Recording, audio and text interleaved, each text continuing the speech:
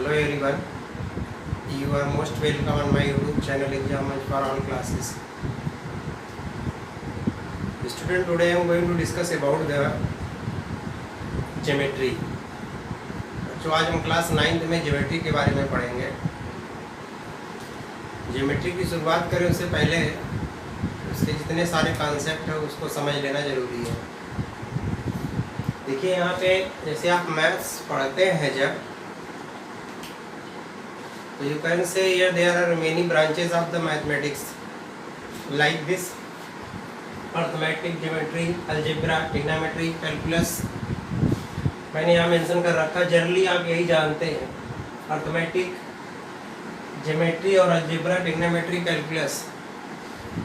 लेकिन ये class 9th है, इसमें अर्थमेटिक, ज्योमेट्री और अलजेब्रा तक पढ़ेंगे। उसके बाद आपको ट्रिग्नोमेट्री क्लास 10th में थोड़ा बहुत मिलेगा। बाकी 11th एंड 12th में अगर आप मैथ स्ट्रीम में जाते हैं तो वहाँ ट्रिग्नोमेट्री और कैलकुलस आपको थोड़ा सा ब्रॉड लेवल पे मिलेगा। तो यहाँ क्लास 9 की बात हो रही है, शुरुआत ज्योमेट्री की होने जा रही है। तो ज्योमेट्री से रिलेटेड कुछ कॉन्सेप्ट हैं जिसके बारे में मैं आपको पहले बता दूं, क्योंकि ज्योमेट्री की शुरुआत करने से पहले सारे कॉन्सेप्ट का समझ में आना बहुत ज़रूरी है। तो first of all I am going to discuss about the plane. हम प्लेन के बारे में पढ़ने जा रहे हैं। आइए देखिए प्लेन होता क्या है। तो प्लेन की डिफिनीशन ये है कि ये plane is a flat surface that extend to infinity. कि प्लेन एक ऐसा फ्लैट सरफेस है जिसको आप एक्सटेंड कर सकते हैं। एक्सटेंड का मतलब होता है बढ़ा सकते हैं। कहाँ तक बढ़ा सकते हैं? इनफाइनिटी। कहने का मतलब कि आप इसको इनफाइनाइट तक बढ़ा सकते हैं। जैसे अगर हम इस बोर्ड की बात करें, जिस बोर्ड पे हम इस समय पढ़ा रहे हैं, ये भी एक प्लेन है क्योंकि फ्लैट सरफेस है। In the other word, you can also define the another definition of the surface or plane कि plane are such type of a surface you can draw a straight line very easily।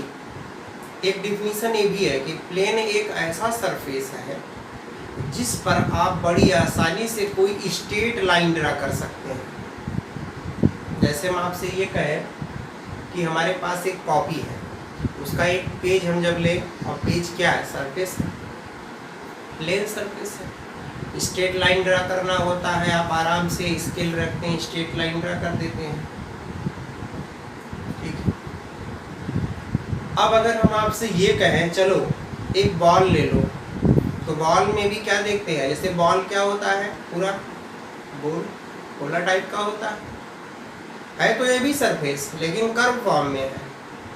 अगर हम ball की बात करें तो curve form में है, उस पर आप ड्रा करेंगे तो आप देख रहे हैं स्ट्रेट लाइन नहीं होगा बल्कि एक कर्व लाइन फॉर्म हो जाएगा, ऐसे कर्व फॉर्म में हो जाएगा। या मान लीजिए कोई ऐसा सरफेस है जो ऊबड़ खाबड़ हो, कहीं ऊपर हो कहीं नीचे हो। ठीक है। जैसे माउंटेन एरिया में होता है, वो भी आपका एक सरफेस है, प्लेन वो भी है। और प्लेन तो छोटा होता नहीं, क्योंकि प्लेन बहुत बड़े बड़े होते हैं। तो अगर माउंटेन एरिया में आप जाइए, क्या हर जगह आपको कैसा मिलता है? कहीं ऊंचा कहीं नीचा, ऐसे ऐसे मिलता है। वहाँ सीधा कुछ ड्रा करना हो तो कर पाएंगे? नहीं कर पाएंगे। तो आप मोटा मोटा इस बात को समझने की कोशिश करिए कि प्लेन एक ऐसा फ्लैट सरफेस है सबसे पहले जिसको हम एक्सटेंड कर सकते हैं। क्या? इनफाइनिटी। ये अच्छा, एक चीज़ मैं आपको बता दूं, ये बोर्ड की बात करेंगे तो बोर्ड तो हमारा प्लेन का एक पार्ट है, छोटा सा। जैसे कॉपी में जो पेज होता है, प्लेन का एक छोटा सा पार्ट है जिस पे हम पढ़ते हैं, लिखते हैं, लाइन ड्रा करते हैं, कुछ भी करते हैं। बात हमारी ध्यान से समझिए। तो इसको आप क्या कर सकते? अच्छा, यहाँ जो मैंने यहाँ लिखा है देखिए, ये तो डिफिनीशन हो गई।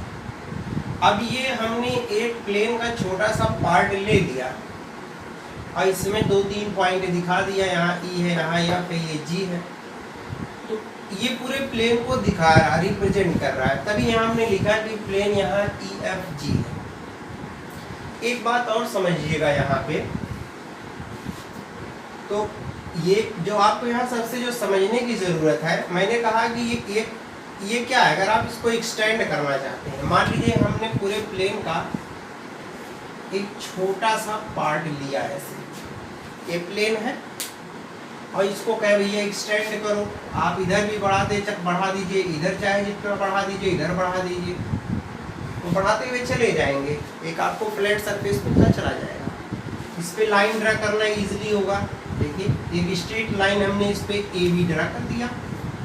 हमने दूसरा डिफिनीशन भी बताया था, दूसरा डिफिनीशन बताया कि plane is a such type of a surface you can draw a straight line very easily. This is another definition of the plane.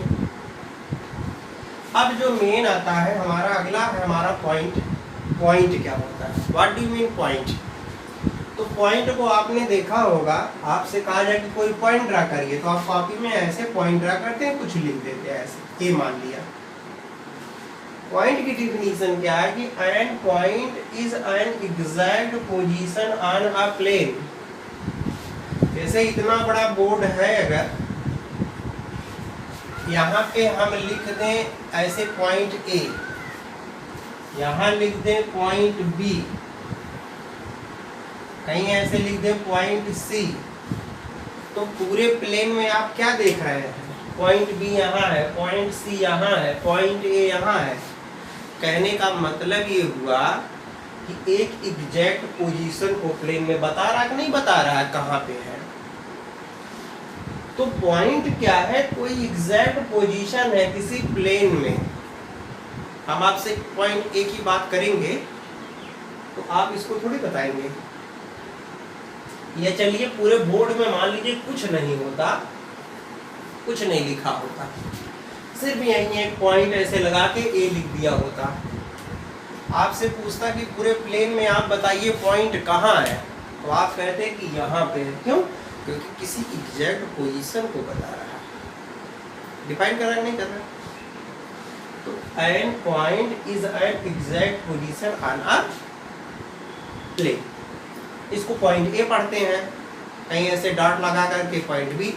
दूसरी डिफिनीशन आप ये दे सकते हैं कि point is a such type of a location in a plane which have no length, no breadth, no height। कोई length होती है नहीं, कोई ब्रेथ होती है नहीं, हाइट होती है नहीं। तो पॉइंट क्या है, किसी भी प्लेन में एक ऐसा एग्जैक्ट पोजीशन है जिसका न तो लेंथ है, न तो ब्रेथ है, न तो क्या हाइट है, तो पॉइंट हो गया। अब एक चीज हम आपको यहीं और बता दें, अगर पॉइंट की बात आ गई, जब पॉइंट भी दो तरीके का होता है, यहाँ पे मैं उसको बता देता हूँ, ध्यान से समझिएगा। There are two type of a point, one is a collinear point, ध्यान दीजिएगा, कोलिनियर पॉइंट, और दूसरा होता है नॉन कोलिनियर पॉइंट।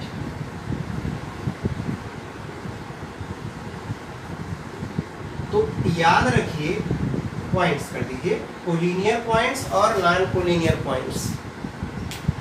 तो पॉइंट्स में भी देखिए दो हो गया यहाँ पे आकर के। बात को ध्यान से समझिएगा। सबसे पहले कोलिनियर पॉइंट क्या होता है, तो collinear two or more points, ध्यान से समझिए definition, two or more points said to be collinear point if they lie in a straight line। दो या दो से अधिक पॉइंट कोलिनियर पॉइंट तब कहे जाएंगे जब वे किसी स्ट्रेट लाइन में लाई करेंगे। जैसे हम आपसे कहें एक पॉइंट ए है, एक पॉइंट बी है, एक पॉइंट सी है, इसको मिलाया गया है और तीनों स्ट्रेट लाइन में है, तो हमने कहा two or more points, 3 point लिया। 2 or more points lie in a straight line are said to be collinear points. अब आती है बात नॉन कोलिनियर पॉइंट की। तो 2 or more point said to be non collinear point if they do not lie on a straight line। जैसे हम आपसे कहेंगे एक पॉइंट आपने मान लिया, यहाँ देखिएगा, एक पॉइंट यहाँ ए लिया, एक पॉइंट यहाँ बी लिया, एक पॉइंट सी लिया, तो 3 पॉइंट है। आप देख रहे हैं यहाँ पे कितने पॉइंट है?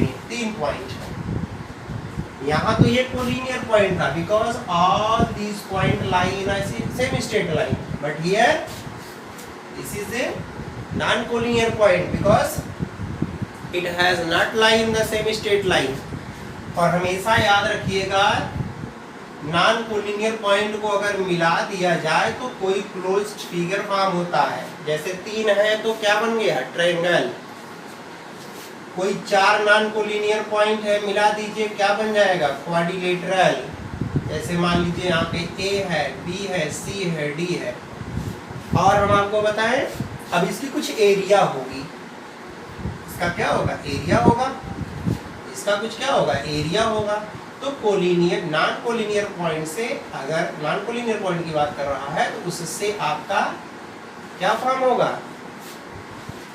कोई फिगर फॉर्म होगा, प्लेन फिगर। इसको प्लेन फिगर कहते हैं because you can draw very easily on a surface. Plane figure वो फिगर होते हैं जिसको आप प्लेन पे क्या कर सकते हैं? आराम से ड्रा कर सकते हैं। तो हमेशा याद रखिएगा कि कोलिनियर पॉइंट से क्या होता है? एक क्लोज्ड फिगर फॉर्म होता है। 3 है तो ट्रायंगल, 4 है तो क्वाड्रिलेटरल, 5 है तो पेंटागन, 6 है तो हेक्सागन, ऑक्टागन, सब मिलता चला जाएगा गॉन गॉन करके। तो बात को याद रखिएगा। एक चीज मैं आपको और बता दूं, और यार इससे कोई एरिया बाउंड नहीं होगा। तीनों को मिला दो, कहाँ एरिया बाउंड हो रहा भाई? इससे कैसे बाउंड करेंगे? एक चीज। दूसरी चीज, जब कोलिनियर पॉइंट की बात आती है तो बच्चों एक बात और ध्यान दीजिएगा, अगर ए बी की डिस्टेंस और बी सी की डिस्टेंस, कहने का मतलब अगर 3 कोलिनियर पॉइंट हैं तो A B plus B C जो ये डिस्टेंस होगा, it is always equal to A C. हमेशा ए सी के डिस्टेंस के क्या होगा? बराबर होगा। इस बात को ध्यान दीजिए। अब हम आते हैं लाइन पे, जो कि नेक्स्ट डेफिनेशन और नेक्स्ट टॉपिक। ध्यान से समझिएगा, यहाँ पे एक एक डिफिनीशन मैं आपको बता रहा हूँ, अच्छे से समझिए। लाइन, लाइन क्या है? A line is a set of points in a straight path that extend in the opposite direction without ending। ये डिफिनीशन है। दूसरी डिफिनीशन यहाँ के कह सकते हैं कि line is a collection of points in a straight path that can be extend in the opposite direction। दूसरी डिफिनीशन, चाहे इसको याद कर लो, चाहे जो मैं बोल रहा हूँ उसको याद कर लो। तो लाइन क्या है? सेट ऑफ पॉइंट्स है। किसमें है? किसी स्ट्रेट पाथ में है। इसको ऐसे दिखाते हैं, ए बी लिखिए चाहे बी ए लिखिए, इसके ऊपर देखिए डॉट डॉट यहाँ लगा, उसको ध्यान पॉइंट पॉइंट लगा, ध्यान दीजिएगा। जैसे देखिए ये हम आपसे कहें कि ये पूरा लाइन है, ठीक है? ए बी एक लाइन है, इसको एक्सटेंड कर सकते। अच्छा, स्ट्रेट पाथ में है और आपको मालूम है यहाँ जो ये कह रहा है कि line is the set of points, इसका मतलब क्या हुआ? आपको मालूम है अगर एक स्ट्रेट पाथ है, मान लीजिए स्ट्रेट पाथ है, उसमें बहुत सारे पॉइंट को ऐसे क्लोजली करके आप मिलाते हुए चले जाएंगे, तो भैया क्या मिलेगा आपको? एक क्या मिलेगा? स्ट्रेट लाइन तो मिलेगा। तभी कह रहा कि ये line is the set of points. Set of points, पॉइंटों का वो सेट है, वो समूह है, वो ग्रुप है। किसमें? किसी स्ट्रेट पाथ में, जिसको एक्सटेंड कर सकते हैं इन बोथ डायरेक्शन। जैसे इधर भी बढ़ाओ चाहे इधर भी बढ़ाओ। अब यहाँ पे ए बी ऐसे लिख दिया गया है, तो चाहे आप ए बी कहें या बी ए कहें, बात एक ही है। तभी यहाँ ऐसे लिखा गया, ए बी कहिए या बी ए कहिए। तो ये क्या हो गया? ये आपका हो गया लाइन की डिफिनीशन। अब हम आगे पढ़ते हैं लाइन सेगमेंट की डिफिनीशन, अगला टॉपिक, ठीक है। उसको देखिएगा। अभी उसमें आपने लाइन देखा, यहाँ क्या देखना है, लाइन सेगमेंट के बारे में ध्यान दीजिएगा। लाइन में क्या था, मैंने कहा था कि लाइन क्या है, वहां आप देख रहे थे कि लाइन को आप दोनों डायरेक्शन में एक्सटेंड कर सकते थे, ए बी ऐसे थे। लिखा हमने कैसे था, इसको रिप्रेजेंट कैसे किया था, चाहे आप ऐसे लिखिए चाहे आप ऐसे लिख दीजिए। देखिए लाइन और लाइन सेगमेंट में कितना फर्क है। लाइन तो आप समझ रहे हैं, सेगमेंट, सेगमेंट का मतलब हो गया कि पार्ट, भाग। कि line segment is a part of A line between two ends point. दोनों में फर्क है, आप ध्यान समझिएगा। लाइन में क्या था कि इसको आप विदाउट एंडिंग बोथ डायरेक्शन में क्या कर सकते थे, एक्सटेंड कर सकते थे। लेकिन अब अगर हम आपसे कहें यही लाइन है, मान लीजिए, बहुत सिंपल सी बात है, सॉरी ऐसे बनाइए, ये लाइन है, एरो बनने का मतलब कि ये इधर भी बढ़ सकता है इधर बढ़ सकता है। लेकिन इसी में हम यहाँ कर दें ऐसे x y, यहाँ z कर दें ऐसे, मान लीजिए, तो x y क्या है, देख रहे हैं, ये लाइन सेगमेंट है। क्यों? अच्छा, यहाँ पे आप ऐसे ए बी लिख दीजिए, तो ए बी लाइन हुआ, कहने का मतलब ये दोनों डायरेक्शन में एक्सटेंड कर सकते हैं। और जो x और y हुआ, this is the part of A line, ये पूरे ए बी का पार्ट ही तो है। तभी लिखा है कि लाइन सेगमेंट क्या है, line segment is a part of line between two ends point. कहने का मतलब ये हुआ, ये और ये दोनों एंड पॉइंट है, इसका मतलब इसको आप बढ़ा नहीं सकते हैं। याद रखिएगा, कहीं अगर ऐसे लिखा हो तो आप याद रखिएगा कि इसका मतलब ये लाइन है, इसको आप अगर ए बी रहा होगा, इसको आप इधर भी बढ़ा सकते हैं इधर भी बढ़ा सकते हैं। लेकिन अगर लाइन सेगमेंट की बात कर रहा है, इसका मतलब ये हुआ कि ये ऐसे होगा, x अगर y ले रहे हैं, ये लाइन सेगमेंट मान लीजिए a और b ले रहे हैं, तो सिर्फ यहाँ से यहाँ तक होगा, इसको आप एक्सटेंड नहीं कर सकते, तभी इसको ऐसे लिखा जाता है। अगर लाइन सेगमेंट की बात किया जाए तो आप ए बी लिखे सिर्फ एक ऐसे लाइन ड्रा कर देंगे ऊपर। ये इस चीज़ को दिखाएगा क्या, कि ये किसी लाइन का पार्ट है, ये लाइन सेगमेंट है। तो आप यहाँ क्या देख रहे हैं, एक्स वाई आपका एक सेगमेंट हुआ, वाई जेड आपका दूसरा सेगमेंट, देख रहे हैं दूसरा सेगमेंट हो गया, और इसका एंड पॉइंट है। एंड पॉइंट का मतलब इधर वाला ये वाई है एंड पॉइंट, इधर वाला एक्स है, तो आपका ये रहा। तो आई थिंक लाइन और लाइन सेगमेंट में आप बात समझ गए होंगे। अब हमारी बात को समझिएगा, रे की बात कर रहा है, तो रे में आप देख रहे हैं एक एंड पॉइंट है, ठीक है, और दूसरा आप देख रहे हैं क्या है, इसको आप एक पॉइंट को, एक एंड को आप एक्सटेंड कर सकते हैं। तो ए रे is a part of line. रे क्या है, ये भी पार्ट ऑफ लाइन है, लेकिन इसमें एक आपका एंड पॉइंट होता है और दूसरे को आप एक्सटेंड कर सकते हैं किसी एक डायरेक्शन में। जैसे हम आपसे ये कहें कि मान लीजिए हमारे पास रे है ए बी, इसका मतलब आप इसको ऐसे लिखेंगे, जहां ऐसे लिखा हो, ये एंड पॉइंट हो गया, ठीक है। इसका मतलब क्या हुआ, इसका मतलब ये हुआ कि आप ए को एंड मान लीजिए और बी को आप बढ़ा सकते हैं, ऐसे बी बढ़ता चला जाएगा, इसकी एंड नहीं हो सकती, विदाउट एंडिंग आप इसको ड्रा कर सकते हैं। तो ये रे हो गया, बात समझ रहे हैं, क्योंकि आपको मालूम है ना, जो रे होता है किसी एक पॉइंट से ओरिजिनेट होती है, हमेशा कहीं उसका सोर्स होता है ना, वहीं से तो निकलती है। सन रे आती है तो कहाँ से आती, सूर्य से आती है, सन से निकलती है, उसका सोर्स क्या, एंड क्या है, सन है, और वहाँ से अर्थ तक आती हैं विदाउट एंडिंग, कहीं रुकती हैं, डायरेक्ट यहाँ पे आती हैं, यहाँ पे आने के बाद भी नहीं रुकती, अर्थ सरफेस पे पड़ने के बाद बाउंस होती हैं, रिफ्लेक्ट होती हैं, कुछ तो इसके द्वारा एब्जॉर्ब कर ली जाती है। तो इस बात को याद रखिएगा। तो ये आपका रे हुआ।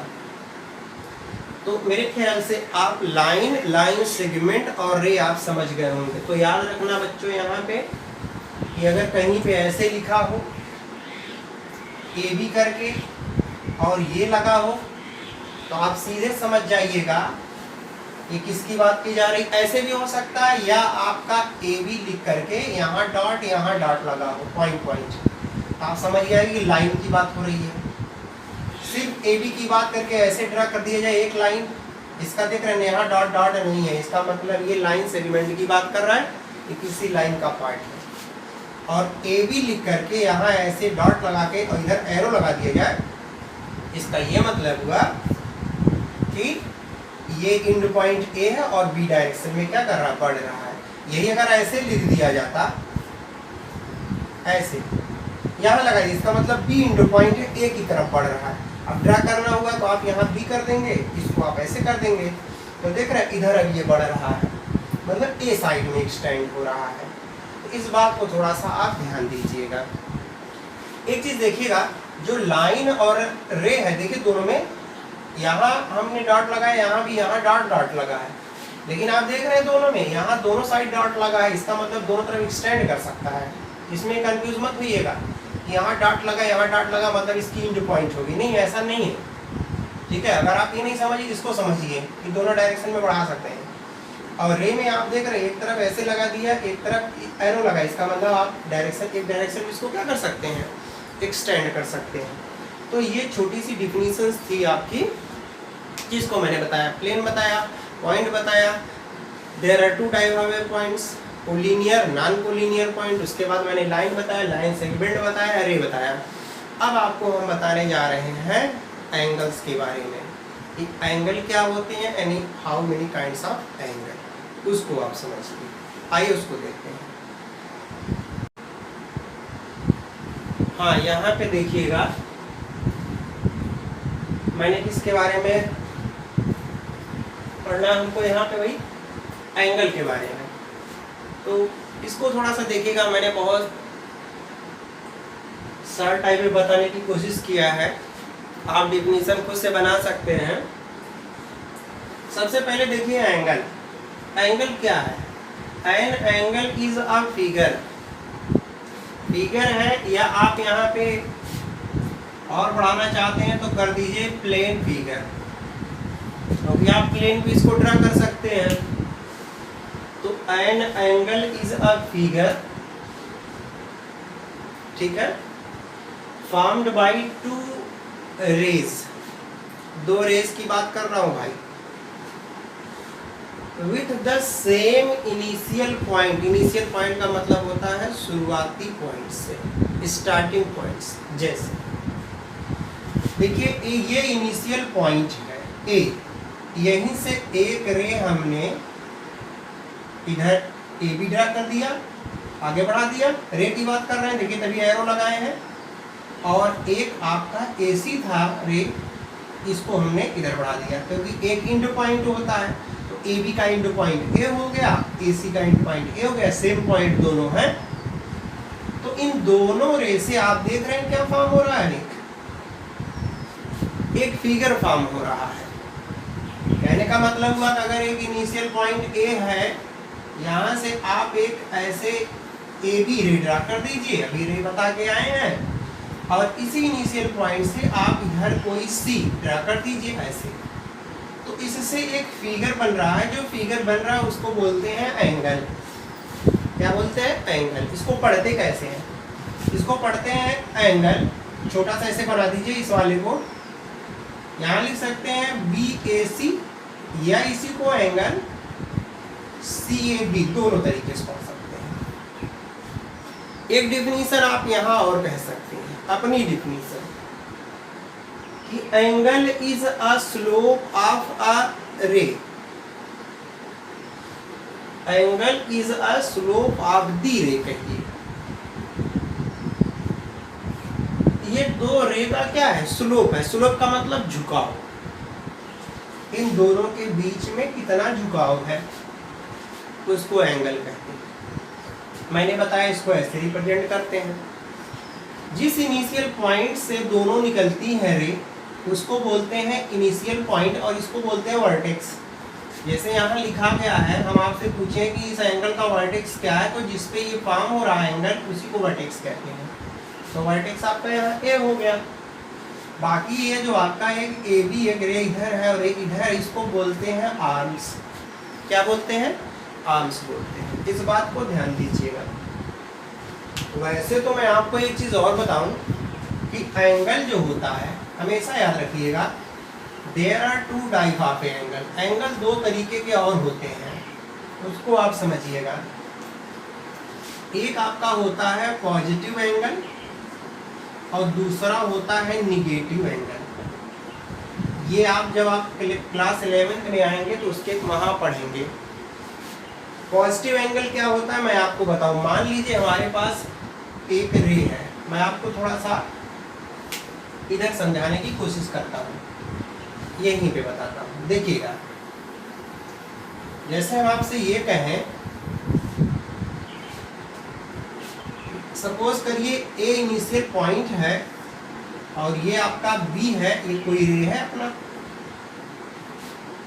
अगर हम ये इनिशियल पॉइंट है ए को हम फिक्स कर दें और बी को मूव करवाएं, तो आपको मालूम है कि बी ए के अराउंड ऐसे घूम के एक सर्किल बना देगा।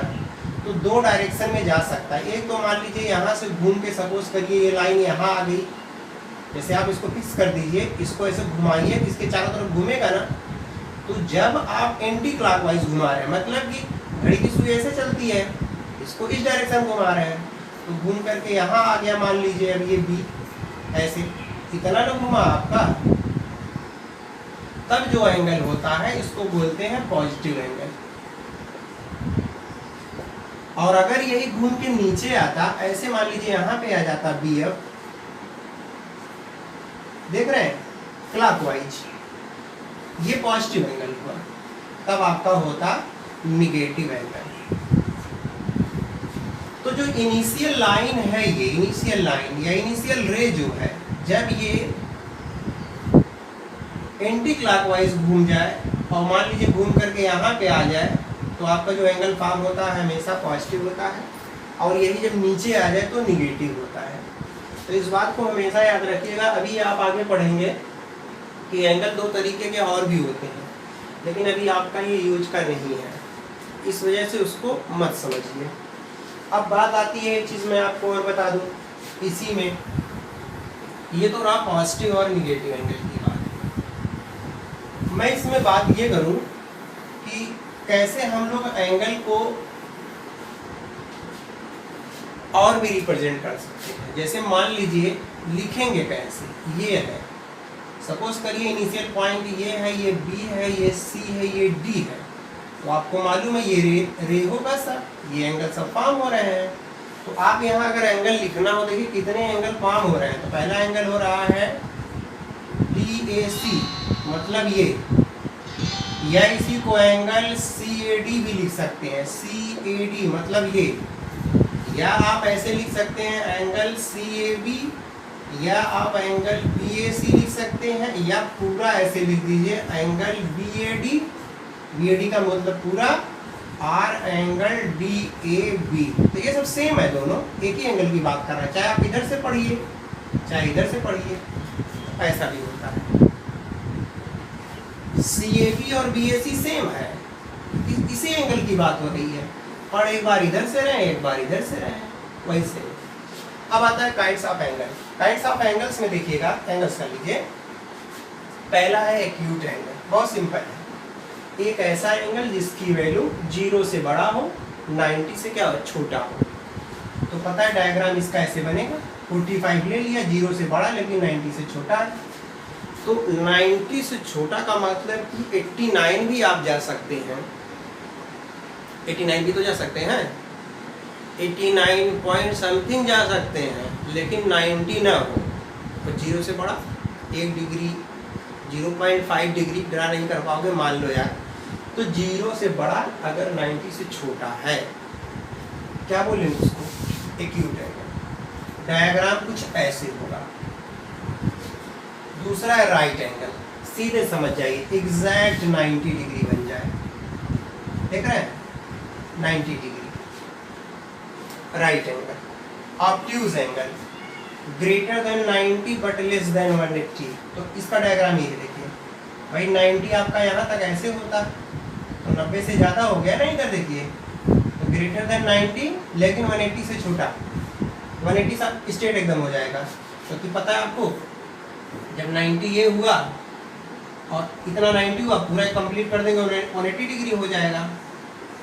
तो यहाँ देख रहे हैं ऑब्ट्यूज में 90 से ग्रेटर लेकिन 180 से छोटा। स्ट्रेट एंगल की बात करता है, सिंपल सी बात है। इसका डायग्राम हमने ये बनाया है एग्जैक्टली 180। तो 90 बोलेगा तो एग्जैक्टली 90, स्ट्रेट एंगल बोलेगा तो एग्जैक्टली 180। रिफ्लेक्स में देखिए which are greater than 180 but less than 60। देखिए यहाँ 180 से रिफ्लेक्स का यहाँ बना दिया। आपको मालूम है कि अगर ऐसे होता तो 90 होता, यहाँ पे आ जाता स्ट्रेट हो जाता। अब लेकिन हमने जो डायग्राम बनाया है कुछ ऐसे बना दिया, ऐसे। इसका मतलब ये एंगल फॉर्म हो रहा है। देख रहे हैं क्या है ये? अच्छा पूरा ये लाइन अगर इस पे लाई कर जाता आके इस पे, मतलब ये होता जैसे जैसे ये लाइन बढ़ता इस पे आ जाता तो कंप्लीट देखिए ये बन जाता। तो ये रिफ्लेक्स हो गया। तो छोटी छोटी डिफिनेशन है angle which are greater than 180 but less than 360 it is called a reflex angle। और फुल एंगल की बात करेगा जिसको कंप्लीट एंगल भी कहते हैं, फुल एंगल कहे चाहे कंप्लीट एंगल कहिए, एग्जैक्टली 360 लेकिन पूरा घूम जा रहा है ऐसे। जैसे मिनट वाली जो घड़ी होती है उसकी मिनट की जो सुई होती है पूरा एकदम कंप्लीट घूम जाए तो क्या बना देगा? फुल एंगल, एग्जैक्ट एंगल, ये सारी चीज़ों को फॉर्म कर देगा। तो बात समझ में आ गया होगा। ये सारी चीज़ों को आप क्लास 8 में भी पढ़े हैं, लेकिन अभी इसको मैं एक बार याद दिला दे रहा हूँ कि आप इस चीज़ को जानते रहिए, क्योंकि अभी ये सब जब आगे पढ़ाएंगे तो इसका बहुत ज़्यादा यूटिलाइज है। तो छोटी छोटी डिफिनेशन सुनिए। पहला acute angle greater than 0 less than 90। दूसरा राइट एंगल एग्जैक्टली 90। अगला obtuse angle which are greater than 90 but less than 180, 120 बनाया था। उसके बाद बताया स्ट्रेट एंगल एग्जैक्टली 180 डिग्री। फिर आपका reflex greater than 180 but less than 60। फिर कंप्लीट आ गया जिसको फुल एंगल बोलते हैं 360। तो ये था आपका क्या? ये था आपका एंगल से रिलेटेड कुछ कॉन्सेप्ट जो कि मैंने आपको बताया। अभी हमको इसमें और भी पढ़ना है, बहुत सारे कॉन्सेप्ट हैं, तब जाकर के इसकी एक्सरसाइज की क्या होगी? शुरुआत होगी। तो आइए हम लोग आगे देखते हैं क्या दिया हुआ है। हाँ यहाँ देखिएगा, अभी इतना एंगल आपको और पढ़ना है। क्या क्या है? Complementary angle, supplementary angle, vertical angle. उसके बाद इधर देखिएगा ट्रांसवर्स लाइन है, करेस्पॉन्डिंग एंगल्स है, एडजेसेंट एंगल और लीनियर पेयर ऑफ एंगल्स। ये सारे topic this is very important. आइए सबसे पहले कॉम्प्लीमेंट्री एंगल के बारे में जानते हैं कि कॉम्प्लीमेंट्री एंगल क्या होता है। If the sum of two angle is 90 degree it is known as a complementary angle. जब दो एंगलों का सम 90 हो जाए, सिंपल सी बात है यार। जैसे मान लो एक एंगल 40 है, उसमें अगर आप 50 ऐड कर दें क्या मिल जाए? 90। तो हम आपसे पूछे कि 40 का कॉम्प्लीमेंट्री क्या होगा? Then you can say here 50 degree, मतलब 40 में आप क्या ऐड कर दें कि 90 मिल जाए। अब अगर आप इसका मान लीजिए डायग्राम फॉर्म करना चाहते हैं तो कुछ ऐसे होगा। देखिएगा यहाँ पे सपोज करिए कि ये आपका कितना है? 50 डिग्री, ये कितना है? 40 डिग्री, और दोनों को ऐड कर दीजिए, कितना हो जाएगा? 90 डिग्री। एक सिंपल सी डिफिनेशन है। उसके बाद आता है हमारा supplementary. If the sum of two angle is 180 degree it is known as a supplementary angle. दो एंगलों का सम अगर 180 हो, जैसे अगर हम आपसे ये कहें कि एक आपका 120 डिग्री है तो दूसरा 60 होगा, तभी आप दोनों का सम करेंगे तो 180 डिग्री मिलेगा। अब अगर हम इसका फिगर बनाएं तो कुछ ऐसे बनेगा। अगर ये 60 है तो ये 120 है, तो दोनों को ऐड करेंगे तो 180 डिग्री मिल जाएगा। तो सप्लीमेंट्री और कॉम्प्लीमेंट्री इन दोनों बातों को आप समझते रहिए। सिंपल सी बात है कि if the sum of two angle is 90 degree that is known as complementary, if the sum of two angle is 180 degree that is known as a supplementary. तो कॉम्प्लीमेंट्री उधर और सप्लीमेंट्री इधर आ। अब आता है वर्टिकल एंगल। वर्टिकल एंगल पढ़ने से पहले हम आपको थोड़ा सा एक चीज को और बता देते हैं, उसको ध्यान दीजिएगा। सबसे पहले जब हम लाइन पढ़ रहे थे तो उसमें दो चीजों के बारे में आप और समझिए। जब लाइन पढ़ रहे थे तो होता क्या है, इसमें भी दो होता है। एक होता है आपका इंटरसेक्टिंग लाइन,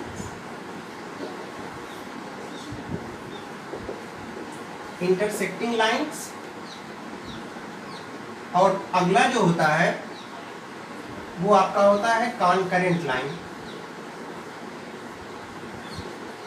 कॉन्करेंट लाइंस। पहले इंटरसेक्टिंग लाइन देखिए।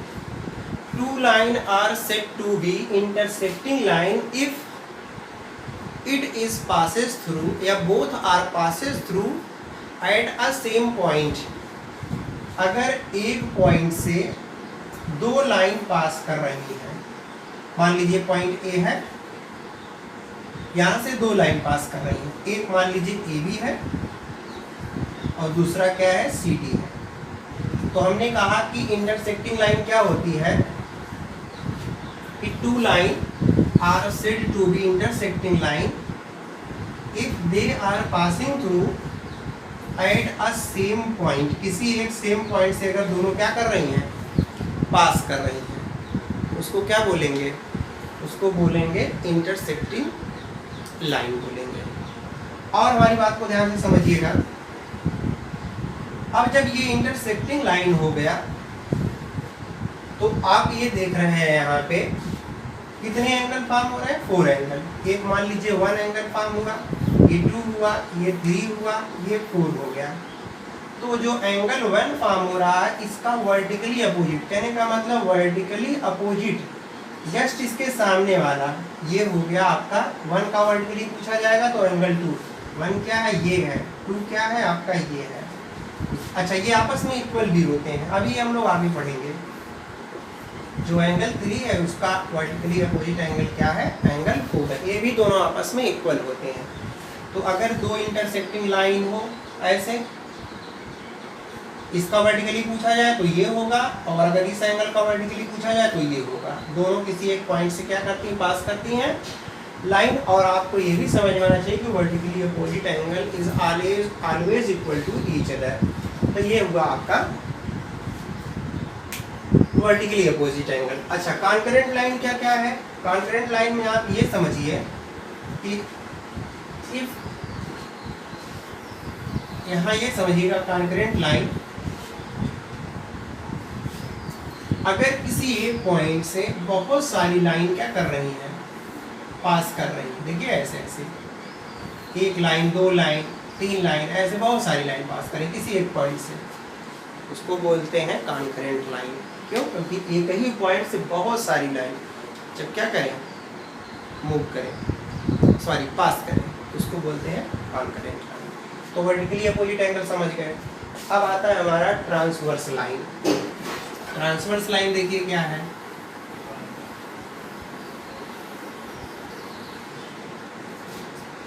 बात हो रही है ट्रांसवर्स लाइन की। वी हैव 2 पैरेलल लाइन, हमारे पास 2 पैरेलल लाइन है, ए बी है एक, दूसरा सी डी है। पैरेलल लाइन क्या होता है, 2 line are said to be are parallel line if they do not intersect each other at a any given point. या आप ये कह सकते हैं कि 2 line are said to be parallel line if they do not intersect. Simple सी बात है, अगर दोनों एक दूसरे को इंटरसेक्ट नहीं करेंगी तो पैरेलल, चाहे उसको आगे पीछे कहीं भी खिसकाइए। और आपको मालूम है इनके बीच की डिस्टेंस हर जगह इक्वल होती है, मतलब जो डिस्टेंस आपका यहाँ होगा वही यहाँ होगा, वही यहाँ होगा, यही वही यहाँ होगा। एग्जाम्पल में आप रेलवे ट्रैक समझ सकते हैं। रेलवे ट्रैक ऐसे ही होता है, उसकी जो दोनों पटरियाँ होती हैं पैरेलल होती हैं। तो ये पैरेलल लाइन हो गया। तो अगर किसी प्लेन में, याद रखिएगा ट्रांसवर्स की, यहाँ ट्रांसवर्स लाइन की बात हो रही है, किसी प्लेन में अगर दो हमारे पास पैरेलल लाइन है, मान लीजिए एक आपका ये है और दूसरा ये है, एक लाइन और है यल एम मान लीजिए, इन दोनों पैरेलल लाइन को किसी दो पॉइंट पे क्या कर रहा है, इंटरसेक्ट कर रहा है, जिसको बोलेंगे ट्रांसवर्स लाइन। तो यहाँ ट्रांसवर्स लाइन क्या हुआ, EML हुआ। अब अगर ट्रांसवर्स ये हो गया तो इसमें दो तीन चीज़ों को समझना है, करेस्पॉन्डिंग एंगल। जैसे अगर ये वन एंगल है, अभी ये आगे टॉपिक अलग अलग आएगा, तो करस्पॉन्डिंग एंगल सिर्फ आप ऐसे समझ लीजिए क्योंकि इस पे एक चैप्टर उसको उनको बताना पड़ेगा पहले। जैसे वन का करस्पॉन्डिंग पूछेंगे कितना होगा, 2, ठीक है। अगर हम आपका ये सपोज करिए 3 है, इसका करस्पॉन्डिंग पूछें तो ये क्या होगा, 4। इसका करस्पॉन्डिंग पूछे अगर मान लीजिए 5 है तो इसको मान ले रहे हैं 6 होगा। इसका करस्पॉन्डिंग पूछे 7 का क्या होगा, ये 8 होगा। तो 1 का करस्पॉन्डिंग 2, 3 का करस्पॉन्डिंग 4, 5 का करस्पॉन्डिंग 6, 7 का करस्पॉन्डिंग 8। और ये सब आपस में इक्वल होते हैं, अभी इसको हम लोग बाद में पढ़ेंगे। एडजेसेंट एंगल की बात कर रहा है, सिंपल सी बात है, इसको समझते रहिए। देखिए एडजेसेंट एंगल क्या होता है। अगर हम मान लीजिए यहाँ पे एक एंगल फॉर्म करते हैं, इसको मान लेते हैं D, दो एंगल फॉर्म है, अगर इसको 1 मान लें और इस वाले एंगल को 2 मान लें, तो एंगल 1 का एडजेसेंट का मतलब जस्ट उससे जुड़ा हुआ, मतलब एक इसमें कॉमन लाइन होता है, एक इसमें कॉमन रे होता है। आप सिंपल सी बात समझिए, एडजेसेंट एंगल में एक कॉमन रे होता है। तो वो कॉमन रे क्या है बताइए, वो कॉमन रे हमारा BD है। तो BD से एक एंगल ये फॉर्म हो रहा है और आपको मालूम है किधर हो रहा है, तो 1 का एडजेसेंट 2 कहा जाएगा, 2 का एडजेसेंट क्या कहा जाएगा, 1 कहा जाएगा, ठीक है। तो 1 का एडजेसेंट एंगल क्या हो गया भाई, यहाँ पे वो आपका हो गया एंगल 2 हो गया। अगर हम इसी में मान लीजिए यहाँ एक ड्रा कर दिए, इसको मान ले रहे हैं E, अब देख रहे हैं एक एंगल ये फॉर्म, इसको 3 मान लीजिए, तो 3 1 का एडजेसेंट नहीं होगा क्योंकि इसमें कोई कॉमन लाइन नहीं मिल रहा, लेकिन हाँ 2 का एडजेसेंट देखिए 3 है क्योंकि ये कॉमन लाइन मिल रहा है। तो एंगल 2 का एडजेसेंट क्या हो गया, एंगल 3 हो गया। यह एंगल 3 का एडजेसेंट पूछे क्या होगा, बराबर नहीं होता भाई, तो कितना हो जाएगा, 2 हो जाएगा। इसको बोलते हैं एडजेसेंट एंगल। फिर आता है लीनियर पेयर। लीनियर पेयर बहुत इंपॉर्टेंट है, इसको समझिएगा, वो मैं आपको बताता हूँ। लीनियर पेयर की बात कर रहा है यहाँ पे, जो लास्ट टॉपिक हमारा है। अगर दो एंगलों का सम 180 है तो उसको लीनियर पेयर बोलते हैं। देखिए जैसे मान लीजिए हमारा A है, B है, C है और D है। अगर ये एंगल 60 है और ये 120 है, तो आप देख रहे हैं पूरा मिलाकर के 180 हो जा रहा है, तो सम दोनों का 180 हो जाए, इसको बोलते हैं लीनियर पेयर। दो एंगलों का सम कितना हो जाए, 180 डिग्री हो जाए, तो उसको लीनियर पेयर कहते हैं। याद रखिएगा, ये पूरा स्ट्रेट एंगल होता है। जैसे हम आपसे कहें एक स्ट्रेट लाइन है, इसमें बहुत सारे एंगल हम बना दें, मान लीजिए 1 है, ये 2 है, 3 है, तो angle 1 plus angle 2 plus angle 3 equals to 180 degree होगा। क्यों होगा, बाई लीनियर पेयर। आप लिखेंगे क्या, बाई लीनियर पेयर, क्योंकि ये स्ट्रेट एंगल है और सबका सम 180 होता है, इसको लीनियर पेयर बोलेंगे। अब जो एक्सरसाइज NCERT का जो एक्सरसाइज 6.1 है, क्या है, एक्सरसाइज 6.1 है, उसका पहला थ्योरम ही यही है, इसी पर अब हम बताएंगे उसको, उसका प्रूफ बताएंगे, तब उसकी एक्सरसाइज शुरू करेंगे। अगले वीडियो में उसका हम पहले सारे थ्योरम बताएंगे, उसके बाद अब जो शुरुआत आपका होगा मेन जो आपका टॉपिक, वहाँ से वही तो सारे कॉन्सेप्ट थे। तो पहला थ्योरम यही है कि इफ ए रे stand on a given line, ध्यान समझिएगा, इफ ए रे stand on a given line, मान लीजिए एक लाइन ये है, इस पे एक रे स्टैंड है, ये ABC, यहाँ D मान लीजिए। हमने क्या कहा, if a ray, suppose that ray is BD stand on a given line, given line मान लीजिए क्या है, ABC, then prove that sum of two adjacent angle. Sum of two adjacent angle का क्या मतलब, इसका एडजेसेंट अगर मान लीजिए 1 है तो 2 होगा, तो sum of two adjacent angle is 180 degree. This is the first theorem. तो उसको हम लोग पहले अगले वीडियो में डिस्कशन करेंगे इस थ्योरम के बारे में। तो आई थिंक आपको ये सारे कॉन्सेप्ट समझ में आए होंगे। अगर आए हैं तो इसको लाइक करना, सब्सक्राइब करना बिल्कुल ना भूलें। ज़्यादा से ज़्यादा इस वीडियो को वायरल करें। अगले टॉपिक में सारे थ्योरम और क्वेश्चन के साथ हम आपसे फिर मिलेंगे। तब तक के लिए नमस्कार। Thank you very much.